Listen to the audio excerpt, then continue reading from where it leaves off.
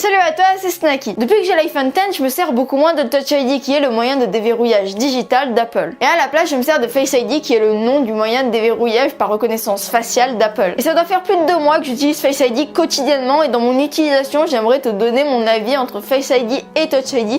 Quel est le moyen de déverrouillage que je préfère? Face ID apparaît grâce à la disparition physique du bouton Home. Maintenant, la navigation dans l'iPhone se fait grâce à des gestes. Et pour Touch ID, le capteur est sur le bouton Home dont on se sert pour naviguer dans l'iPhone, hormis quelques gestes qui sont similaires sur tous les produits iOS d'Apple. Et donc ces 2 points que je pourrais appeler de design, je vais les prendre en compte parce qu'entre avoir 2 grosses bordures en haut et en bas pour avoir un bouton et un capteur physique de reconnaissance digitale et une toute petite encoche en haut pour avoir une reconnaissance faciale, il y a quand même une très grosse différence. Et je pense qu'avec le temps, on va tous s'accorder sur le même point, avoir un téléphone d'une taille normale mais avec un écran qui prend toute la surface du téléphone, c'est beaucoup plus agréable qu'avoir un grand écran et un grand téléphone. Face ID, c'est l'incarnation même de ce que je voulais quand j'ai acheté mon iPhone 5S qui embarque Touch ID. Et Touch ID sur ce point fait très bien le boulot parce que je pose mon doigt sur le capteur me reconnaît et déverrouille mon iPhone sans que personne autour n'ait pu voir mon code. Mais en vrai, j'ai toujours eu une très bonne expérience de Touch ID, j'ai toujours aimé déverrouiller mon iPhone avec Touch ID ou même que ce soit mon iPad ou maintenant mon Mac, mais je suis au courant que tout le monde n'a pas eu la même expérience que moi. Parce qu'avec Touch ID, soit comme moi t'as une super expérience, soit comme d'autres elle est totalement catastrophique. Il y a plein de gens qui sont déjà venus me voir et me demandant pourquoi Touch ID ne fonctionnait pas ou même ne fonctionnait plus sur leur iPhone ou même que je voyais devant moi taper leur code d'iPhone alors que leur iPhone embarquait Touch ID et je leur demandais pourquoi et ils me répondaient tout simplement que Touch ID ne fonctionnait pas. Et donc à ce problème j'en avais 2 théories qui étaient que la majorité des iPhones qu'on m'avait présentés étaient des iPhones reconditionnés et donc que le problème venait du reconditionnement, hormis le fait que mon iPhone 5S était un iPhone que j'ai acheté à un particulier qui l'avait lui-même fait reconditionner auparavant et mon capteur de Touch ID fonctionne toujours aujourd'hui même après que l'iPhone je l'ai poussé au bout de ses performances. Et donc j'avais une deuxième théorie qui était que t'étais pas fait pour Touch ID, que Touch ID n'arrivait pas trop à reconnaître ton empreinte et du coup il avait du mal et il préférait s'abstenir et ne pas fonctionner. Mais ça je pense que c'est à voir parce qu'en fonction de l'iPhone ou même de l'iPad qu'ils utilisaient, le capteur les reconnaissait ou non, donc je pense pas que ce soit ça. Je pense plutôt du coup que le problème il vient d'Apple. En tout cas moi j'ai jamais eu de problème, que ce soit avec mon Mac, avec mon iPad ou même avec mon iPhone, j'en ai toujours eu une très bonne expérience. Mais Touch ID aura toujours une place dans mon cœur parce que c'est ce rêve d'enfant d'arriver devant une porte blindée, de poser ma main sur la porte et que le capteur à l'intérieur me reconnaisse et me laisse entrer et que la seule clé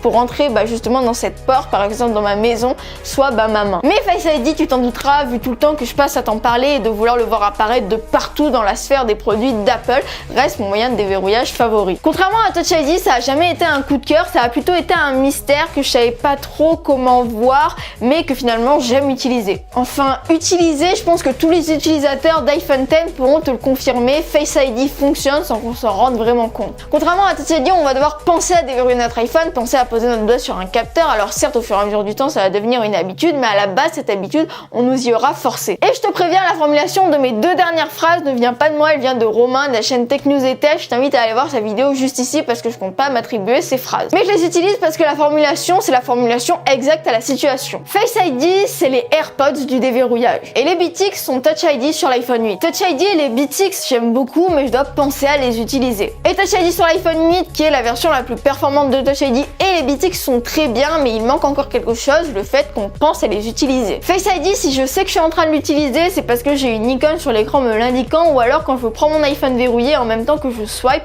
que je regarde le cadenas parce que j'aime le voir s'ouvrir. Mais au-delà de ça, par habitude, ça m'arrive tout le temps de swiper sans me rendre compte que l'iPhone m'est déjà reconnu et donc que je n'ai pas le temps de voir le cadenas s'ouvrir. Face ID, c'est pas du tout comme un film où il y a un rayon qui est en train de te scanner et de t'identifier, ou même que tu dois poser ta main sur une plaque de verre par exemple, attendre qu'elle t'identifie. C'est plutôt comme au resto, t'arrives, tu poses les pieds sous la table, tu manges et tu t'en vas. Face ID à la base c'est un repas qui coûte cher, mais c'est un repas qui est bon pour nous parce qu'on n'a plus besoin de penser à déverrouiller notre iPhone, ça se fait tout seul et c'est le principe même de l'innovation qui est de simplifier les choses au maximum jusqu'à ce qu'on ne le puisse plus. Et pour finir cette comparaison avec les AirPods, c'est la même chose, tu les sors de leur boîtier, ils sont déjà connectés et tu les mets dans tes oreilles et la musique est déjà en train de se jouer. Et rien que de voir la facilité et la simplicité de Face ID au quotidien, j'adorerais tester les AirPods. Ma vision du futur tech, c'est que la technologie soit présente tout autour de nous, qu'on ait même plus besoin d'y penser et les AirPods et Face ID n'en sont qu'un début. Touch ID pour moi c'est un coup de cœur, mais au-delà de ça, Face ID c'est plutôt un mariage à long terme. Tu pourras t'en rendre compte si tu as l'occasion de le tester ou même si tu as un iPhone X et donc que tu as Face ID ou même si tu as des AirPods. De toute manière, à la fin, tu finiras quand même par t'en servir sans même te rendre compte que justement tu es en train de l'utiliser. Et donc voilà mon avis sur Touch ID et sur Face ID. Je te remercie d'avoir visionné cette vidéo jusqu'à la fin. J'espère que tu l'auras aimé. N'hésite pas à me donner ton avis en commentaire.